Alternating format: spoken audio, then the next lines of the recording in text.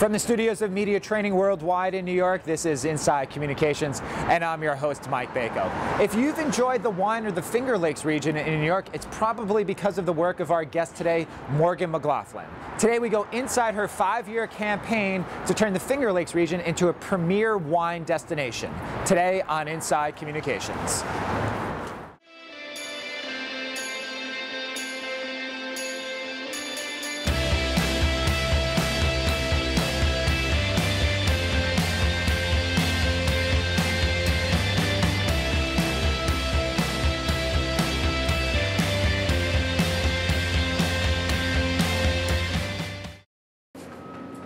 Morgen, thanks for joining us today on Inside Communications. Oh, thank you for having me. So tell us, how did you do it? How did you turn the Finger Lakes area into a premier wine destination, especially for Rieslings? It takes a lot of hard work and a lot of time on the pavement, actually. A few years ago, when I started in the position with Finger Lakes Wine Country, we started working with an agency, DCI, a public relations firm, and we were trying to get additional editorial coverage on the region in magazines and newspapers. And I remember a particular case where we were meeting with an editor from a wedding magazine, and the young woman sitting across the table from me said, "You know, why would someone want to get married in the Finger Lakes when your wines aren't very good?" I said, that was sort of a light bulb moment for me. That's the aha moment where, okay, I've got my work cut out for me from a perception standpoint. Absolutely, that you couldn't really promote a destination if there is a perception that quality cannot be found from wine. And when you're a wine country destination, the thing that must rise to the top is you have to be seen as producing quality wine. Now, the reputation for that area certainly was not on the level of California or some other regions. What were some of the initial steps that you took just to get that first word out and then building on some of that positive publicity? Well, the next stop we made was actually to Wine Spectator. And in wine and tourism marketing, you have the gatekeepers, and you have to not only develop relationships, but you've got to understand their process of how they operate in identifying whether a region is here. So when we met with Wine Spectator, they were very clear in saying, and I went to one of the editors and said, okay, how do we get on the cover of Wine Spectator? How does Finger Lakes get on the cover? And the editor said, well, it's not that easy. You have to first start by making sure your wines are submitted for review. So up until that time, there had never been a systematic process in place for the region to get its world-class wines to be reviewed by the gatekeepers or the critics of the top wine magazines. So we took that bit of information back to the region and reached out to our wineries and said, guys, you got to start submitting. And they felt that that process was very challenging. So we had to take it one step further and really handhold them. And it's now been almost 5 years where I literally pack my car with wine and drive down to the magazines to make sure that the wines are getting delivered. How important of a role were some of those gatekeepers in terms of informing what you would be doing? Certainly you reached out to them to see what they wanted, but how did that inform what your plans were right after that? Well, the gatekeepers are absolutely critical in order for a region to break through. I mean, in the case of the Finger Lakes, we have a relatively small marketing budget. We're just under $1 million.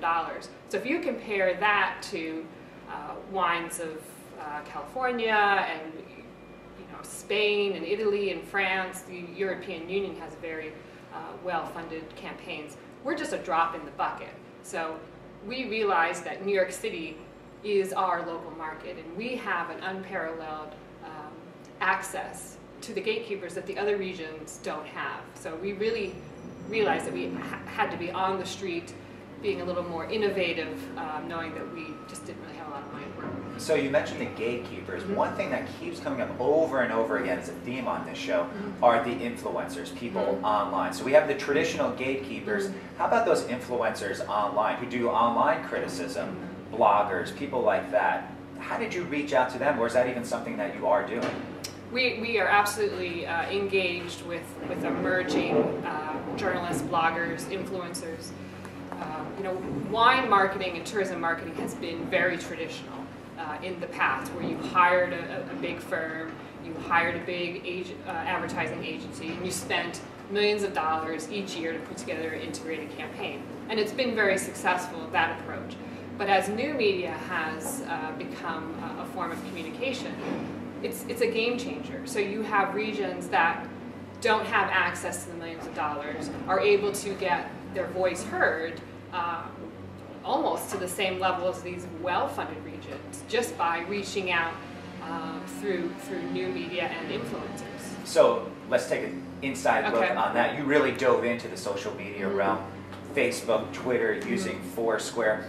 How did you just bring everything together in terms of social media? Was it something that you just tried to do, see if something worked, and then continue on that path? Was it a whole strategy that was laid out? How did you go step by step in terms of integrating the social media? Well, I've always been skeptic of people who had come out of the gate quickly as being social media experts.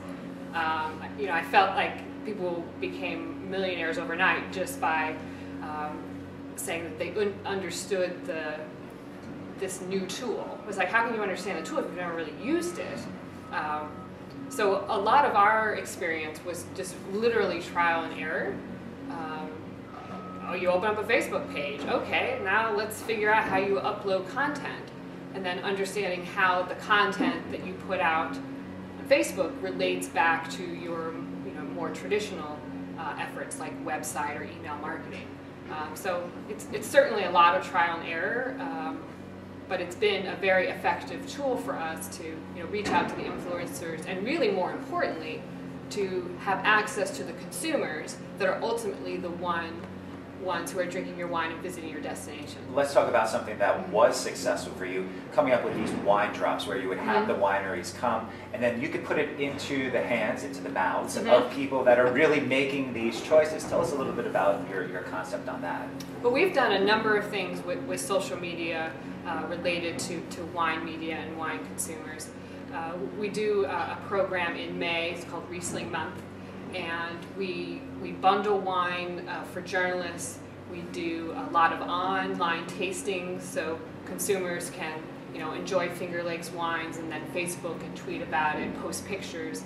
So it's been very integrated into our other efforts too, with traditional PR, with website marketing. So I think the thing that we've been successful with is not realizing that it's a standalone, that you can't just do a social media campaign without the other integrated components. As you mentioned people trying out the wine, let's talk about people actually coming to the region. One of the few regions where you've actually seen tourism grow and projected to continue to grow. How have you managed to do that, actually getting people to come to the area? Well, one of the things we realized going back to that initial interview with the wedding publication was when you put out wine country to an editor, the first thing that came top of mind was Napa Valley, the epitome of what wine country is in the United States. And so our goal was really, in 10 years, if someone says wine country, that they're going to say Finger Lakes. Maybe not first, but certainly within the breadth of California. We also got lucky, quite honestly, with a recession. A lot of wineries in Napa Valley have gone out of business. They have really suffered severely with visitation, whereas the Finger Lakes, we've always been about value, but it's always been the untold story. Our demographic has been more regional, Pennsylvania and Ohio. So when you get exposed for having world-class wines, then you have affluent wine and food travelers who are like, oh, I want to go to the next great place, and that happens to be the Finger Lakes.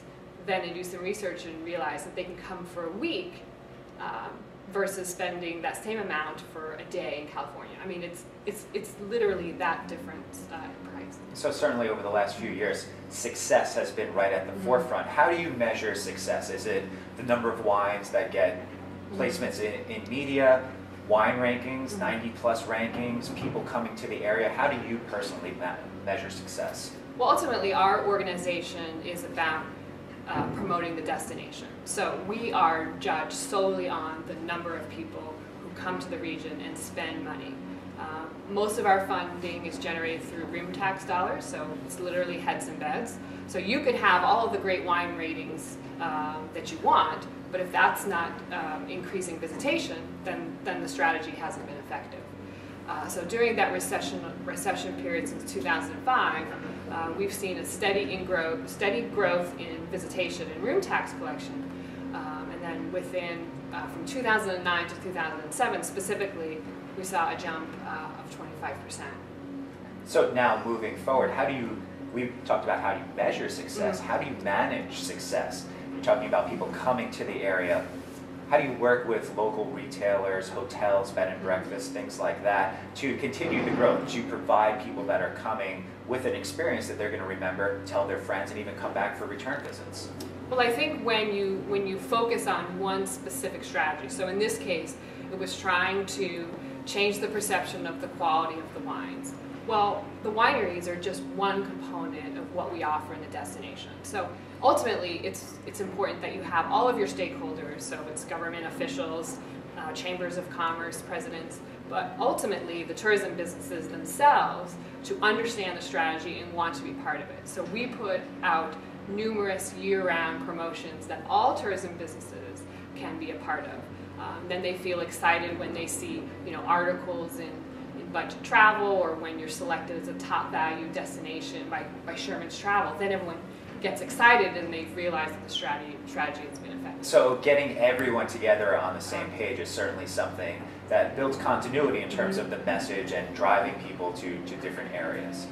And as with any destination, there's always the complexity of, you've got the multitude of stakeholders, everyone's got different opinions, but ultimately it comes down to the effectiveness of your work. And it's taken, at least for me, being in this position for 5 years, it takes a number of years to build trust, for people to understand, where the strategy is going. Then they see the success, and then they ultimately see more customers through their establishment or more reservations. Then it's sort of like an aha moment. The challenge will be, how do you continue positive tourism growth? That will be a challenge that moves now beyond marketing when you're looking at infrastructure issues. Do we have enough room capacity for people to come? The idea of can you almost become too successful in a way? Mm-hmm. So let's take a look inside. You mentioned your 5-year tenure there. What are some of the challenges that were going on during year 1 that now as you get to year 5, you've met those challenges, you're able to pick up the phone and get the editor of Wine Spectator on the phone and talk to them about the region. What do you see as some of the challenges moving forward? You've gotten to a certain point. How do you go to that next level? The global marketplace remains extremely competitive. There are wines being produced in every state in the United States. 50 states now have wineries. States are realizing that tourism can be a growth industry. When you package wine with your tourism message, that brings more people to your region. So we will see more competition domestically.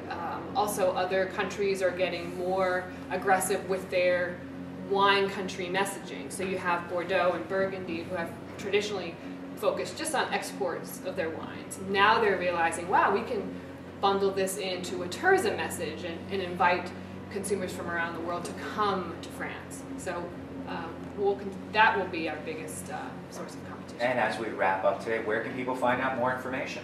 Of course, we have a website, fingerlakeswinecountry.com. We're active on Twitter, active on Facebook. So whatever platform that you find most convenient for communication, chances are we're there. All right, thanks for going inside communications with us today. Thank you so much.